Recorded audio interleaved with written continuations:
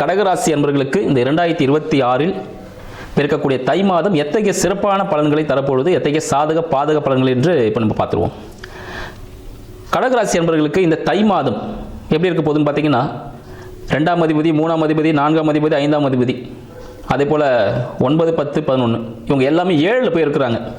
அப்போ நண்பர்களுடன் இல்லை வாழ்க்கை துணையுடன் இல்லை கூட்டு தொழில் செய்து ஒரு சாதனை செய்யக்கூடிய அமைப்பு யாருக்கு இருக்குன்னு பார்த்தீங்கன்னா, இந்த தை மாதம், தை பிறந்தால் வழி பிறக்குதுன்னு சொல்கிற பாருங்க, இந்த தை மாதம் கடகராசினருக்கு தான் சூப்பர்னு சொல்லலாம். ஏன்னா உங்களுக்கு எல்லாமே 4 கிரகங்கள் சேர்ந்து 7 இருக்கிறாங்க மகரத்தில். அப்போது அவங்களுக்கு வருமானம் சார்ந்த விஷயங்கள் எல்லாமே சுபகமாக இருக்கும். திருமணம் சார்ந்த விஷயங்கள் சில பிரச்சனைகளுடன் திருமணம் நடந்தே தீரும். குழந்தை பாக்கியம் விஷயங்களும் கை கொடுக்கக்கூடிய நிலையிலே இருக்கும். இதற்கான உஷ்ணமான பொருட்களை மட்டும் எடுத்துக்கொள்ள வேண்டாம், சரிங்களா? மேலும் பார்த்தீங்கன்னா கவர்மெண்ட் ரிலேட்டடான விஷயங்கள் உங்களுக்கு சாதகமாக நடக்கும். உங்கள் அலுவலகத்தில் இருக்க மேல் அதிகாரிகள், சரிங்களா, உயர் பதவிகள் கிடைக்கிறதுன வாய்ப்புகள் அதிகமாக இருக்குது. மேல் அதிகாரிகளுடன் பேச்சுவார்த்தைகள் கவனமாக இருக்கணும்.